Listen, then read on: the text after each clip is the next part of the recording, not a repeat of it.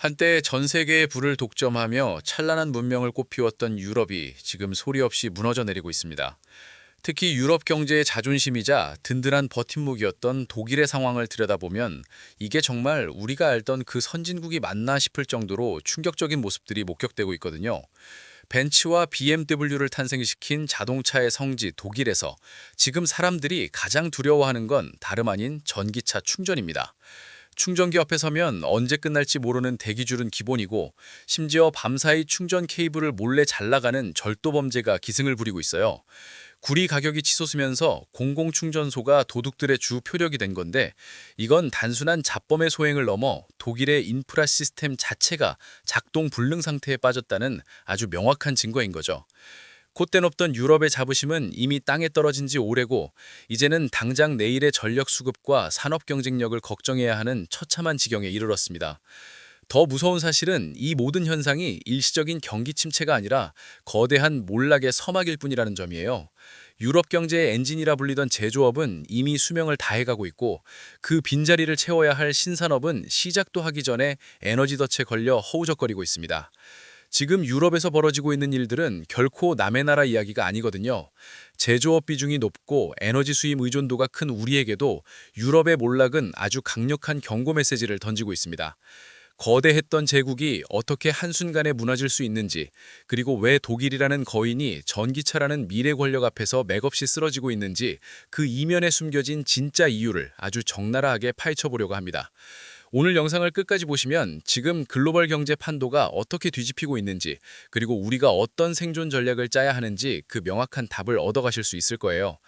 화려했던 유럽의 시대가 저물고 초토화된 경제 위기 속에서 드러난 독일의 민낯을 지금 바로 확인해 보시죠. 유럽 경제의 심장이라 불리는 독일의 제조업이 지금 숨가쁜 비명을 지르고 있습니다. 한때 전 세계 도로를 누비던 메이드 인 저머니의 상징들이 이제는 공장문을 닫아야 할 처지에 놓였거든요. 독일 통계청이 발표한 최근 자료를 보면 상황의 심각성이 고스란히 드러납니다.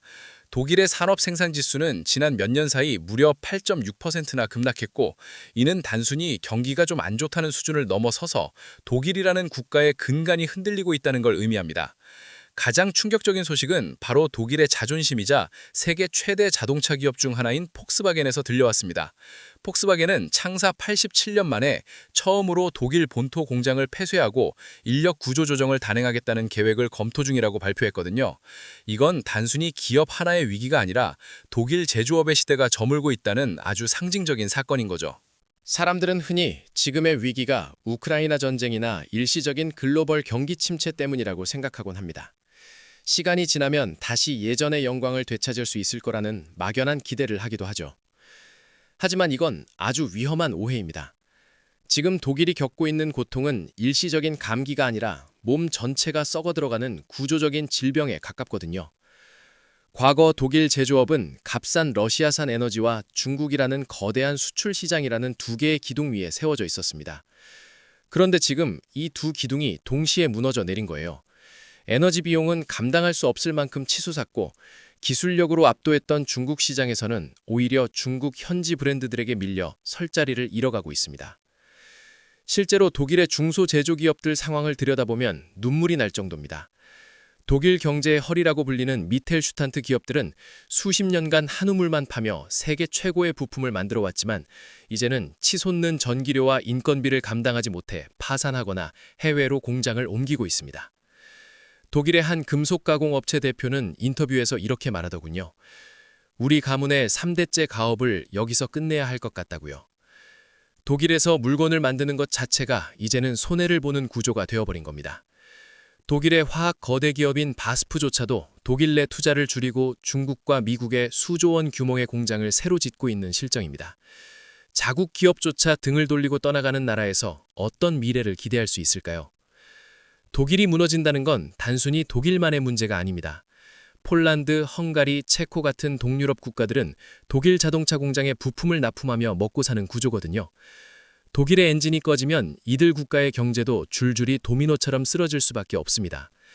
유럽 전체 GDP의 상당 부분을 차지하는 독일이 휘청거리니 유럽 전체에 검은 그림자가 짙게 깔리는 건 당연한 수순인 거죠. 독일은 지금 다시는 돌아오지 않을 과거의 영광을 뒤로하고 유럽의 병자라는 오명을 다시 뒤집었을 위기에 처해 있습니다. 그런데 제조업의 붕괴보다 더 무서운 건 이들을 다시 일으켜 세울 에너지가 고갈되고 있다는 사실입니다. 독일이 왜 이렇게 무력하게 무너졌는지 그 결정적인 원인을 파악하려면 우리가 반드시 들여다봐야 할 치명적인 덫이 하나 있습니다. 독일 제조업이 이렇게 한순간에 무너져 내린 근본적인 원인을 파헤쳐보면 그 중심에는 바로 에너지라는 거대한 덫이 놓여 있습니다. 사실 독일을 포함한 유럽은 지난 수십 년간 러시아산 천연가스라는 아주 달콤하고 값싼 마약에 취해 있었거든요. 러시아에서 파이프라인만 연결하면 저렴한 에너지가 콸콸 쏟아져 들어오니 그 에너지를 바탕으로 공장을 돌려 막대한 이익을 남기는 구조에 안주해버린 겁니다. 하지만 우크라이나 전쟁은 그 달콤한 꿈을 순식간에 악몽으로 바꿔놓았습니다. 에너지 공급망이 끊기자 유럽의 에너지 비용은 통제 불가능한 수준으로 폭등하기 시작했거든요. 현재 유럽의 산업용 전기요금은 미국의 2배, 중국의 1.5배가 넘는 수준입니다. 똑같은 물건을 만들어도 에너지 비용 때문에 가격 경쟁력 자체가 성립이 안 되는 상황인 거죠. 여기서 많은 분이 오해하시는 부분이 있습니다. 유럽은 친환경 강국이니까 태양광이라 풍력으로 이 위기를 금방 극복할 수 있지 않겠느냐는 생각 말이죠. 하지만 현실은 정반대입니다. 독일이 야심차게 추진했던 에너지 전환 정책인 에너지 밴드는 오히려 독일 경제에 목을 조르는 역설적인 상황을 만들어냈습니다. 원자력 발전소는 안전을 이유로 모두 폐쇄해버렸는데 정작 태양광과 풍력은 날씨에 따라 전력 생산량이 들쭉날쭉하거든요. 바람이 안 불거나 해가 안 뜨면 전력량이 급감하고 반대로 전기가 너무 많이 생산되면 전력망이 과부하를 견디지 못하는 문제가 발생합니다. 이 불안정한 전력망을 유지하기 위해 독일 정부는 매년 천문학적인 보조금을 쏟아붓고 있고 그 비용은 고스란히 기업과 가계의 전기료 고지서에 반영되고 있습니다. 실제로 독일의 에너지 정책이 얼마나 처참한 실패로 끝났는지 보여주는 사례가 있습니다. 전력이 부족해지자 독일은 폐쇄했던 석탄 발전소를 다시 가동하는 촌극을 벌였거든요. 친환경을 외치며 원전은 껐는데 정작 전기가 모자라니 가장 더러운 에너지원인 석탄에 다시 손을 뻗은 겁니다. 이 과정에서 전력 단가는 천정부지로 치솟았고 결국 에너지 집약 산업인 철강, 화학, 알루미늄 공장들이 가장 먼저 백기를 들었습니다. 독일의 알루미늄 생산량은 위기 이전 대비 절반 수준으로 쪼그라들었고 화학 기업들은 공장 가동을 멈추는 게 오히려 손해를 줄이는 길이라며 절규하고 있습니다. 에너지가 산업의 혈액이라면 지금 유럽의 혈관은 완전히 막혀버린 셈이에요. 상황이 이렇다 보니 유럽의 대표 기업들은 이제 유럽을 버리고 떠나는 탈유럽 엑소더스를 본격화하고 있습니다. 보조금 혜택이 많고 에너지 비용이 저렴한 미국이나 아예 시장이 큰 중국으로 본거지를 옮기고 있는 거죠. 미국의 인플레이션 감축법인 IRA는 이런 유럽 기업들에게 아주 매력적인 초대장이 되었습니다. 독일 기업들이 자국에 투자할 돈을 들고 미국 루이지애나나 텍사스로 달려가 공장을 짓고 있는 게 지금의 현실입니다. 유럽에서 생산하면 팔수록 적자인데 누가 유럽에 남으려 하겠어요? 자본과 기술이 빠져나간 자리에 남는 건 낡은 인프라와 실업자들 뿐입니다. 하지만 진짜 비극은 여기서 끝이 아닙니다. 산업의 중심축을 내연기관에서 전기차로 옮기려던 유럽의 야심찬 계획마저 이 에너지 위기와 인프라 붕괴라는 파도에 휩쓸려 완전히 좌초될 위기에 처했거든요. 콧대 높던 유럽인들이 이제는 전기차를 사고 싶어도 충전조차 걱정해야 하는 황당한 상황이 벌어지고 있습니다. 도대체 무엇이 독일의 미래라는 전기차 시장을 이토록 처참하게 망가뜨렸는지 그 충격적인 실태를 하나씩 들여다보겠습니다. 독일의 미래를 책임질 핵심 동력으로 꼽혔던 전기차 시장은 지금 그야말로 처참한 잔혹사를 써내려가고 있습니다. 한때 독일 정부는 2030년까지 전기차 1,500만 대를 보급하겠다는 원대한 꿈을 발표했었죠. 하지만 현실은 어떤가요? 독일 연방 도로교통청의 최신 데이터를 보면 작년 말 전기차 보조금이 전격적으로 중단된 이후 전기차 판매량은 전년 대비 무려 27%나 폭락했습니다. 정부가 돈을 주지 않으면 아무도 사지 않는 애물단지로 전락해버린 겁니다. 사실 소비자들 입장에서도 할 말이 많거든요. 환경을 생각해서 비싼 값을 치르고 전기차를 샀는데 이제는 차를 굴리는 것 자체가 고행길이 되어버렸으니까요. 가장 심각한 건 전기차의 생명줄이라고 할 수 있는 충전 인프라가 처참하게 붕괴되고 있다는 사실입니다. 최근 독일 현지 뉴스에서 연일 보도되는 충격적인 사건이 하나 있는데 바로 충전 케이블 절도 범죄입니다. 구리 가격이 급등하면서 돈이 궁해진 좀도둑들이 공공 충전소에 두꺼운 충전 케이블을 절단기로 통째로 잘라가고 있거든요.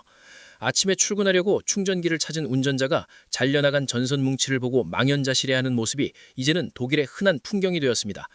이건 단순히 구리 몇 킬로그램을 훔쳐가는 문제가 아니에요. 인프라 관리가 전혀 안 되고 있다는 치명적인 신호거든요. 게다가 충전소 운영 업체들의 상황은 더 가관입니다. 야심차게 시장에 뛰어들었던 혁신 기업들이 줄줄이 파산 신청을 하고 있거든요.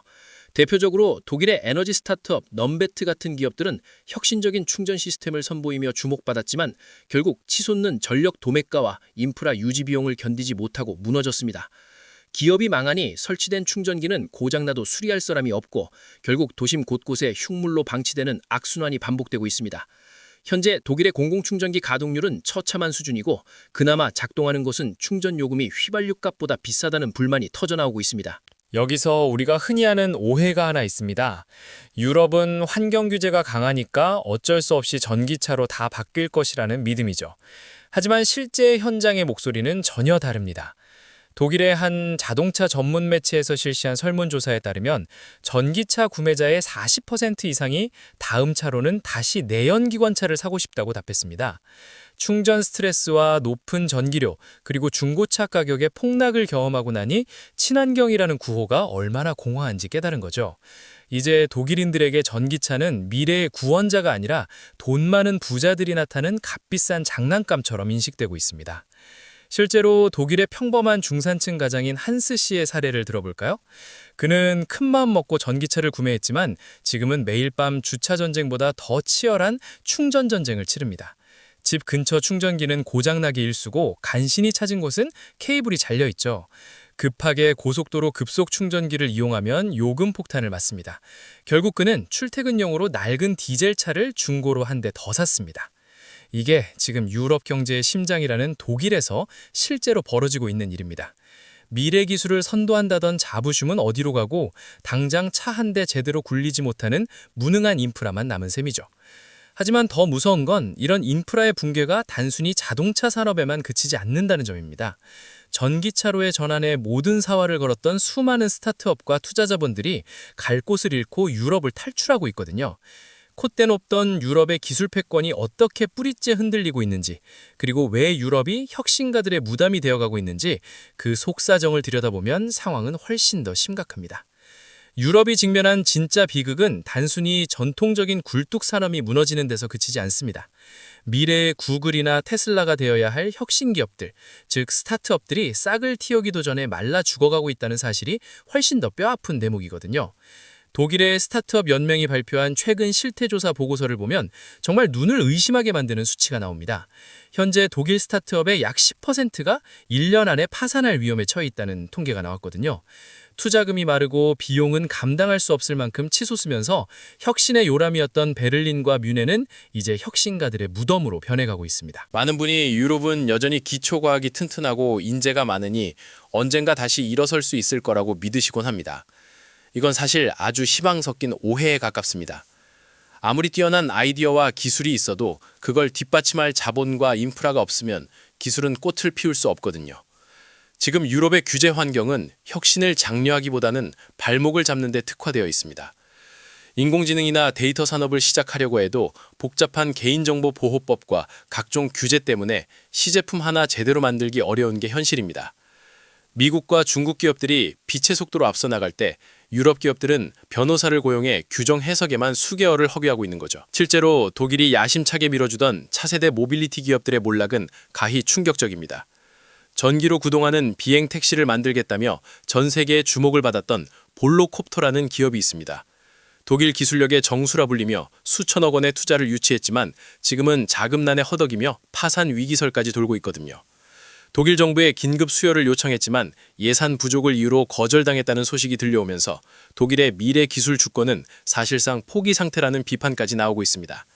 배터리 분야의 자존심이었던 스웨덴의 노스볼트 역시 생산 차질과 자금 부족으로 허덕이며 유럽 배터리 자립의 꿈이 얼마나 허망한지를 보여주고 있습니다.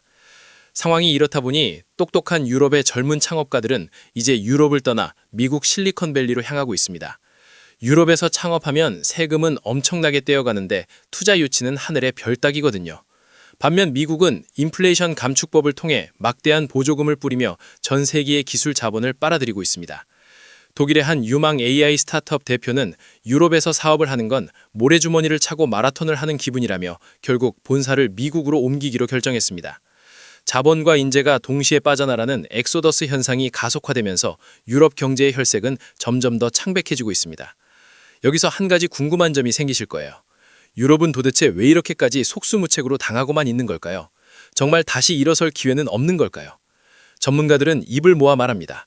지금 유럽에 필요한 건 단순한 고조금이 아니라 낡은 규제 시스템의 전면적인 개편과 에너지 구조의 혁신이라고요. 하지만 독일을 비롯한 유럽 각국은 정치적 이해관계에 얽혀 단 한 발자국도 앞으로 나아가지 못하고 있습니다. 기득권 보호와 과도한 복지 비용에 발이 묶여 미래를 위한 투자는 꿈도 못 보고 있는 셈이죠. 그런데 더 큰 문제는 이런 경제적 기반의 붕괴가 이제 일반 시민들의 삶을 직접적으로 파괴하기 시작했다는 점입니다. 기업이 떠나고 일자리가 사라지면서 한때 풍요로움을 구가하던 유럽의 중산층들이 길거리로 내몰리고 있거든요. 복지국가의 대명사였던 유럽에서 지금 어떤 사회적 혼란이 빚어지고 있는지 그 씁쓸하고도 위험한 현장을 확인해보면 여러분은 아마 더 큰 충격을 받으실지도 모릅니다. 경제 지표가 깎여나가고 기업들이 떠나가는 건 숫자상의 문제일 수 있지만 그 숫자가 시민들의 밥상을 덮치기 시작하면 이야기는 완전히 달라집니다. 복지국가의 대명사로 불리며 전 세계의 부러움을 샀던 유럽의 중산층들이 지금 유례없는 삶의 질 하락을 경험하고 있거든요. 독일의 실질 임금 데이터를 보면 정말 처참합니다. 물가는 천정부지로 치솟는데 월급은 제자리 걸음이거나 오히려 줄어들면서 독일인들의 구매력은 10년 전 수준으로 후퇴해버렸어요. 한때 주말이면 근교로 여행을 떠나고 외식을 즐기던 평범한 가족들이 이제는 슈퍼마켓에서 할인 스티커가 붙은 식재료를 찾기 위해 줄을 서는 게 일상이 되었습니다. 유럽인들이 가장 자부심을 느꼈던 탄탄한 사회 안전망에도 곳곳에서 구멍이 뚫리고 있습니다. 정부 곳간이 비어가니 가장 먼저 손을 대는 게 바로 복지 예산이거든요. 연금 수령 나이는 계속 늦춰지고 의료 서비스의 질은 눈에 띄게 떨어지고 있습니다. 독일의 공공 서비스는 이제 예전의 그 정교함을 잃어버렸어요. 기차는 수시로 연착되거나 취소되고 관공서 업무 하나 보려면 몇 달을 기다려야 하는 황당한 일들이 벌어지고 있습니다. 국가 시스템 자체가 서서히 멈춰서고 있다는 공포가 시민들 사이에서 번지고 있는 거죠. 이런 경제적 결핍은 필연적으로 정치적 혼란과 사회적 분노로 이어지기 마련입니다. 지금 독일을 비롯한 유럽 전역에서 극우 정당의 지지율이 무섭게 치솟고 있는 이유가 바로 여기에 있어요. 내 삶이 무너지고 있는데 기존 정치권은 기후위기니 인권이니 하는 고상한 이야기만 하고 있으니 시민들이 등을 돌리는 겁니다.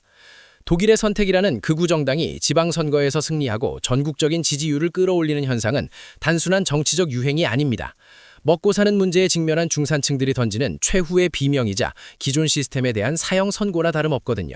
사회적 갈등은 이민자 문제와 결합하면서 더욱 험악해지고 있습니다.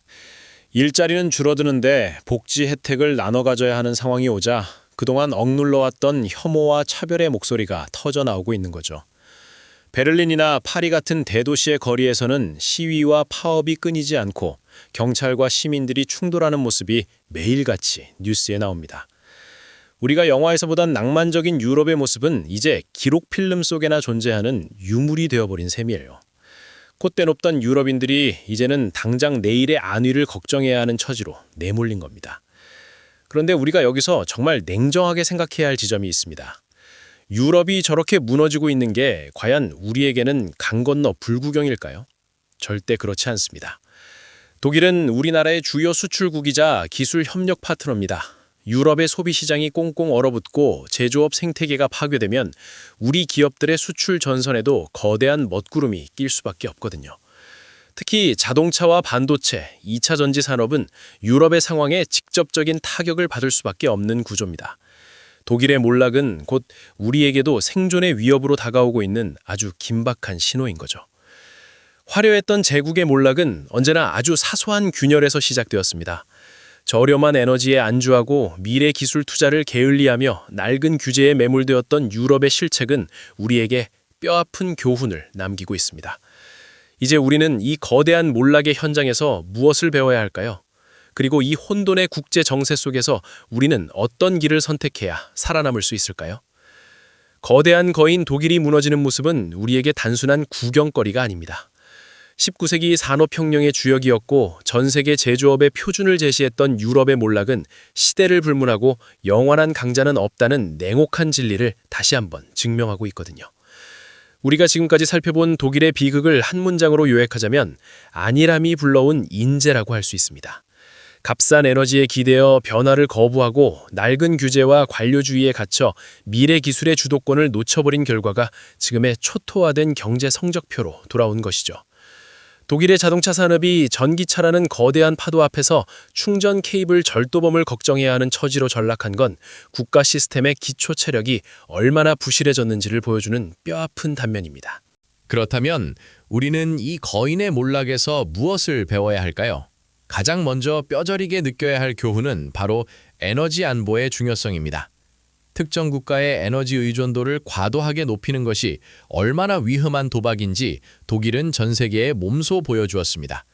에너지는 단순히 경제의 한 요소가 아니라 국가의 생존을 결정짓는 안보 그 자체거든요.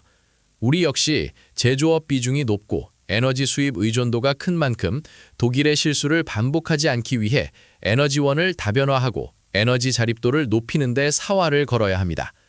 원전과 재생에너지의 균형 잡힌 믹스를 통해 산업용 전력을 안정적으로 공급하는 것만이 우리 기업들이 제2의 폭스바겐이 되는 것을 막는 유일한 길입니다. 둘째는 규제의 유연성과 혁신에 대한 태도입니다.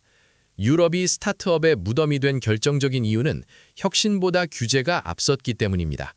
새로운 기술이 나오면 어떻게 키울까를 고민하는 게 아니라 어떻게 통제할까를 먼저 고민하는 문화가 결국 인재와 자본의 엑소더스를 불러왔거든요. 우리도 마찬가지입니다.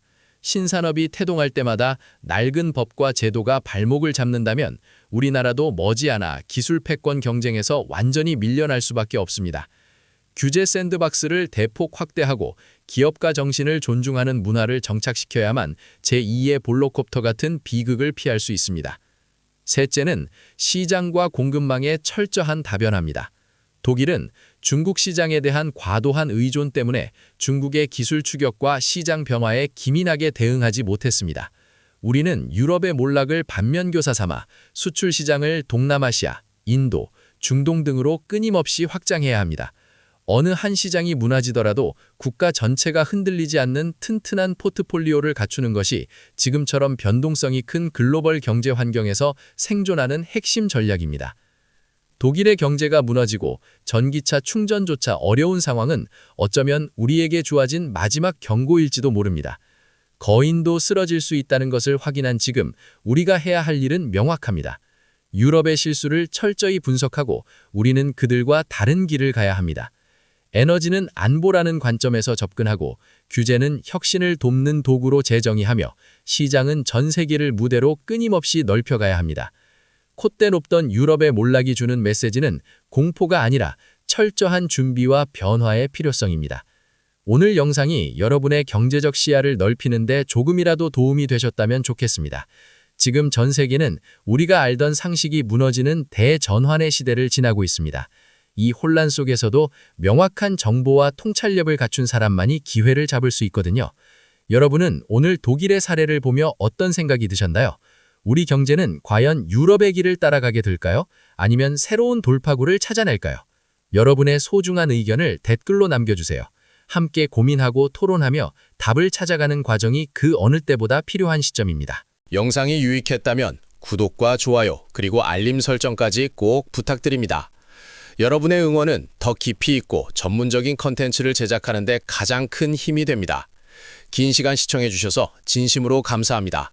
다음 영상에서도 여러분의 미래를 바꿀 수 있는 가장 강력한 인사이트를 들고 돌아오겠습니다.